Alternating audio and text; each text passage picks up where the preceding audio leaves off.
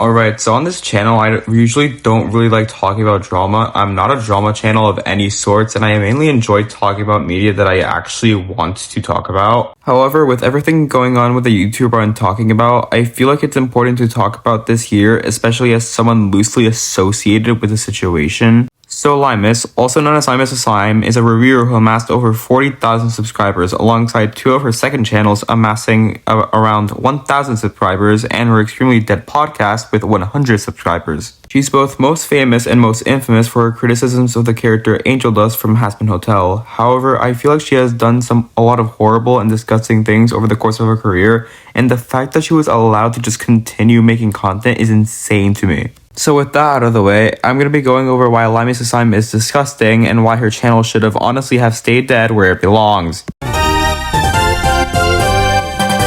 I feel like the best way to start the video is by talking about her video on Angel Dust, how not to write a victim of abuse. To anyone who hasn't seen the video, I'm going to quickly summarize it so you don't have to give Limus any more views. In the video, she calls Angel Dust a negative gay stereotype, comparing him to some other gay stereotypes, says that Poison was a terrible song that glamorized Angel's abuse, says Loser Baby shames abuse victims, and then overall talks about how they handled the topic of sexual assault in the show. Yeah, that's about it. After the video came out, many other victims and just people in general criticized her points in the video. Now, it is important to note that there are many victims of sexual assault who agreed with Limus's points, and I don't really mind those people. Everyone has their own experiences, and I'm not going to invalidate anyone's own experience. However, looking at the video in general, in my opinion, I can definitely agree with the side that says that the video was not very good. A lot of the points in the video are extremely poorly researched on the show itself. She says many things that are inaccurate to the things that happen in the show, and then she has the gall to say at the end that she respects anyone's opinion on the show, despite having what is arguably one of the most objective titles for a video. If I'm gonna be completely honest, I'm pretty sure that the only reason she even said she respected people's opinions was to avoid people criticizing her, because as you'll eventually see, she is not good at responding to criticism. After the video, she made a response that was fine, I guess, but there is still some extremely questionable behavior coming from her in the comments of the video. But overall, her video was not very good. I could go more in depth with the actual points, but I feel like that would drag this video a lot, and there is definitely worse stuff to say about her. However, if you are curious about the points themselves, go watch these videos. They will be linked in the description. I could be wrong, but I'm pretty sure this is the first situation that truly made Limus completely controversial. On January of last year, Limus made a post on her Twitter saying, "I got the voice actor of Serpentious to sign this." Immediately once this happened, everybody started talking about it. Twitter was flooded with posts from people talking about the situation, including myself at the time. Drama YouTubers like LMAO were talking about it, and it even got so widespread at the point where VisiPop made a post talking about it, saying that though she respects her opinion, she doesn't stand for this behavior and doesn't want Limus putting voice actors in an uncomfortable spot. Limus almost immediately clapped back at this, saying that everyone was wrong and compared it to the harassment that Michael Kovac was getting from Valentino cosplayers. And then, for some reason that I still can't figure out, she decided to slut-shame cosplayers when people criticize her for the situation. Even putting aside how gross the slut-shaming is, the thing she did at the con, while not the worst thing she's done, is still extremely weird as fuck. One, she thought it would be a good idea to put a cardboard cutout of her video and walk around the con with it, which is not only extremely egotistical, but since the thumbnail has a picture of Angel Dust getting abused, it can cause a significant reaction from any victims in the con. Not only that, but making Alex Brightman sign it puts him in a very awkward and uncomfortable position. Obviously, I'm not Alex Brightman and I don't know how he felt, but having someone ask you to sign their video criticizing their abuse portrayal of a show you work on is definitely not gonna have the best reactions. Especially when considering the fact that Viv knew and discussed about the situation, it's very likely she told Alex about it, which could risk a lot of things with him. Obviously not much because Alex and Viv are friends, but a scandal like this can have a cost on your career, and Limus just allowed this to happen for no reason aside from self-congratulation. But yeah, overall, this was extremely irresponsible, egotistical, and questionable for Limus to do this, and despite her doing worse things, this is definitely a situation that wouldn't have happened if Limus wasn't egotistical as fuck. Technically, this could be grouped with Limus's general chronically online behavior on Twitter and Blue Sky, but since Limus himself considers it a big enough situation, I'm just going to talk about it. On Twitter, Limus made a post saying that Brandon Rogers is a groomer and that grooming isn't always sexual. This was in response to a massive thread by a user named Jaden. The thread itself is extremely vague and doesn't have enough clear information. If I'm gonna be honest, the situation with the thread itself probably shouldn't have even been a thing. The important thing to talk about is Limus's claim, because despite the thread itself being a complete nothing burger, Limus took the situation way too far. I read the whole thread, and with the information that I could manage to make out, the worst thing that Brandon might have done is scam the user. Yet Limus took this incredibly vague and unprovable claim and chose to make out Brandon Rogers as a groomer. And I'm not even gonna believe their excuse that not all grooming is sexual, because to groom someone, you have to build trust with them in order to take advantage of them and emotionally manipulate them. Brandon didn't do that. Instead, what Brandon did was just promise an offer that didn't end up happening. Yeah, sure, it's not exactly good that Brandon supposedly scammed someone, but to accuse him of something as serious as grooming is actually insane. Limus quite literally just pulled a reverse Just a Robot, and when the person you are being compared to is just a robot, you know you fucked up. Plus, especially comparing this to her behavior on Discord, which I'm going to talk about later, she is definitely not one to talk about what's grooming or not. Really, the only explanation that I can think of to why Limus said Brandon groomed the victim was because Brandon works with VisiPop, and God forbid we can't have that. Let's just blindly call them a groomer without any evidence to support it. Me personally, if a famous person got accused of something, I run with what's actually present. Instead, Limus just goes with the stuff that was never a thing in the first place. Good job, guys.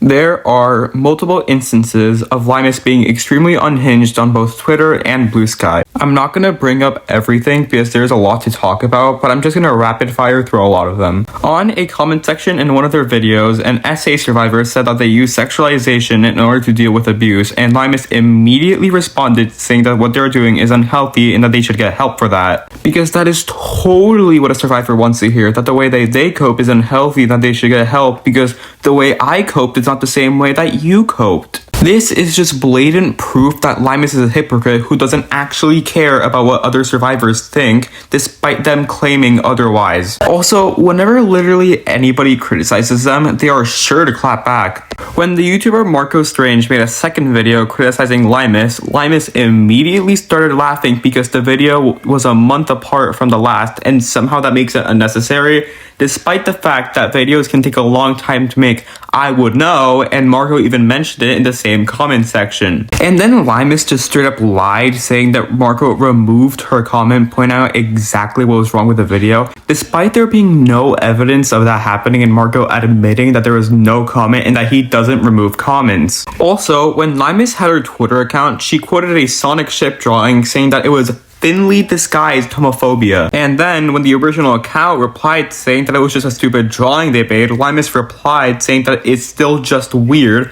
despite them claiming it was homophobic like 5 hours later. And after that, when the YouTuber Allocations replied that Limus was very obviously wrong because this wasn't homophobic, the way Limus clapped back was by saying that she doesn't care about what he has to say. In fact, Limus deflecting criticism by bringing up something completely irrelevant is something extremely common from what I see, as literally any time that someone says anything, she immediately brings up the most off-topic things, or she has her friends hit on something for her. Like, it wouldn't be an issue if at least she attempted to make a point, but she never does that. Also, there are many instances of Limus openly just saying unhinged things that aren't even worth tearing apart because of how obviously insane they are. Like, as an example, when she said that she headcanons Gangle from Digital Circus as an SA survivor and Jax as her abuser. It's one thing to find comfort in a character as a survivor, but it's a whole nother level if you're headcanoning it when it both doesn't make sense and comes from the most minuscule of events.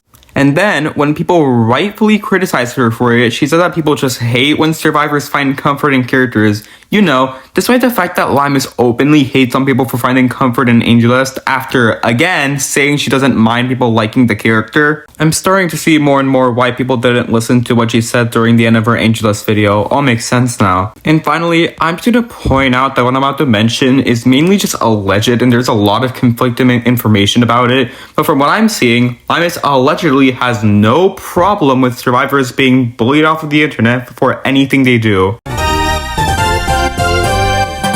If you're familiar with the Limus situation, you'll probably notice that I'm going out of order since their video response came before the situation, and that was done for structural purposes. Anyway, let's get into this because it's definitely a lot. In July of last year, a Google document was released documenting a lot of the behavior going inside of Limus's Discord server, mostly in chats like fictional character simpery. I'm not going to explain the whole document since it's like 263 pages long. However, I am going to detail some of the more important things, but if you do want to read the whole thing, the document will be linked in the description. Anyway, before the doc even came out, Limus advertised her Discord server as a safe place for minors in order to keep them safe from creeps online. She constantly repeated this claim when responding to people and even mentioned it in the response video. However, the document reveals that this claim was false and showcases that Limus not only allowed but posted extremely inappropriate material despite the fact that there are minors as young as 14 years of age. This includes talking about sexual topics in front of minors, like openly talking about sex toys without any restrictions. This also includes sharing extremely explicit and sexually suggestive images on the server. Like, their claim of this server being a safe space completely falls off the window when there are images like this. The sexual talk and images also branches out to things like dragons and monsters, which Limus has claimed that liking both things is zoophilia, arguing with people like Chai Footsteps over it. Listen, I completely agree that being attracted to stuff like dragons is zoophilia, and Chai is also an extremely shitty person.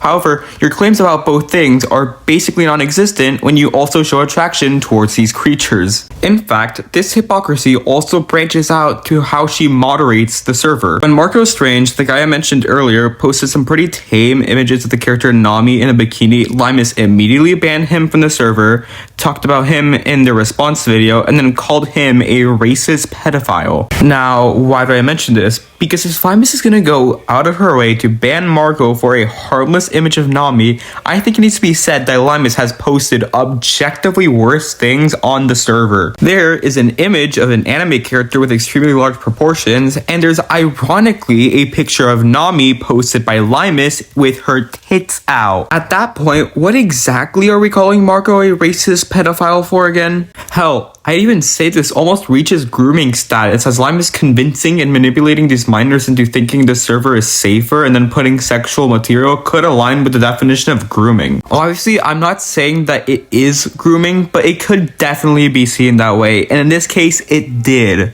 After the situation became public, nearly all of Limus's associates like Pinking, Artis, and Blackish all cut ties with Limus, and in the case of Pinking and Blackish, made videos talking about the situation. And sure, some of these people's morals could be questioned and criticized, but it's very clear that Limus manipulated these people and immediately deflected when any of them tried questioning her. Limus has done bad things. I've talked about them in this video, but this is when Limus has truly lost it. And somehow we're still not done.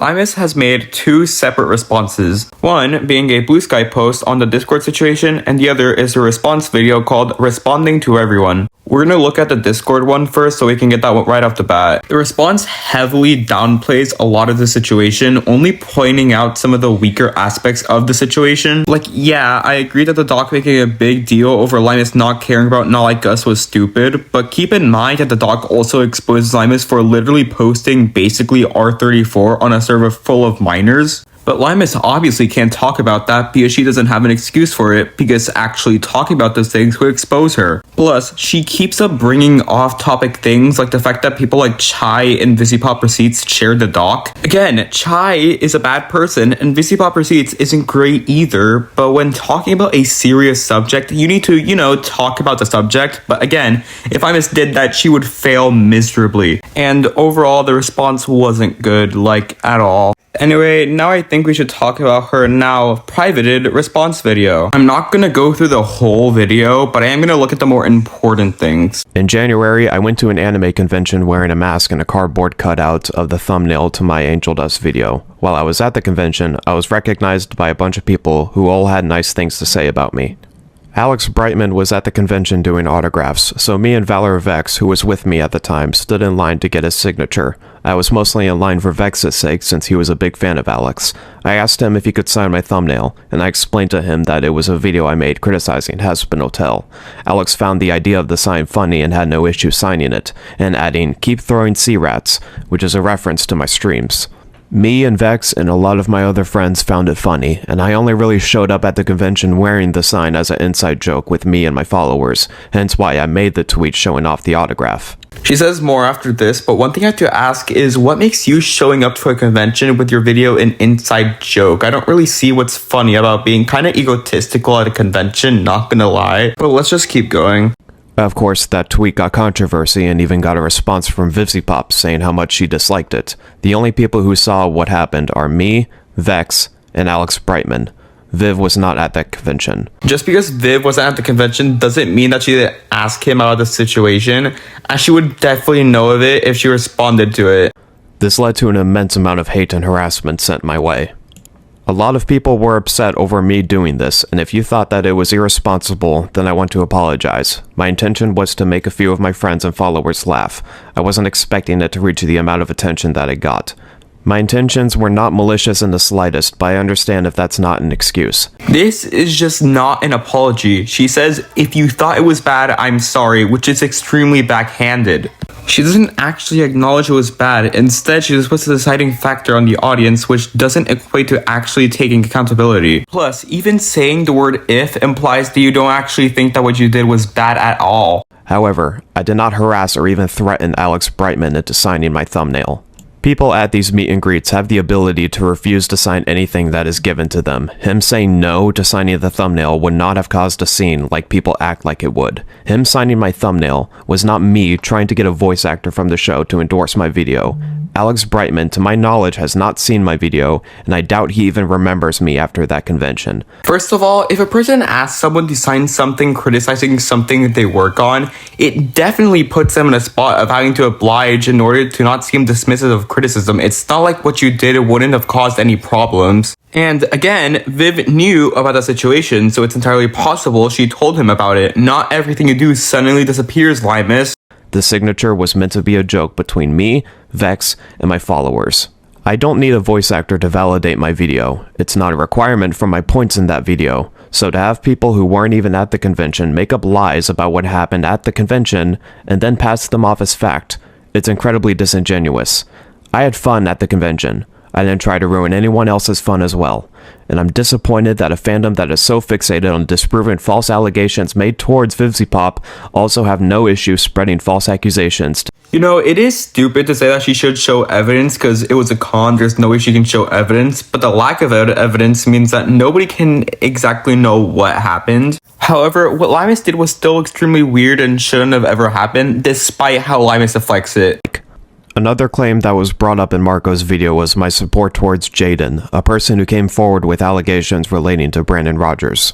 In the allegations, Jaden says that Brandon Rogers knew that they were 15 and talked them into doing free editing commission work instead of paying them. In my tweet supporting the victim, I said that grooming comes in many forms and it isn't always sexual. In this case, I believe that it was financial grooming. But because most people only know one definition of grooming, people including Marco have ran with the claim that I called Brandon Rogers a pedophile. Literally nobody, including Marco, said that you claimed Brandon was a pedophile. Almost everybody used the word grooming in just a general term, especially because it's still insane that you called scamming someone grooming. I searched for my blue sky and continued to harass me over there, trying to insinuate that I was a creep for having a lot of minors in my Discord server.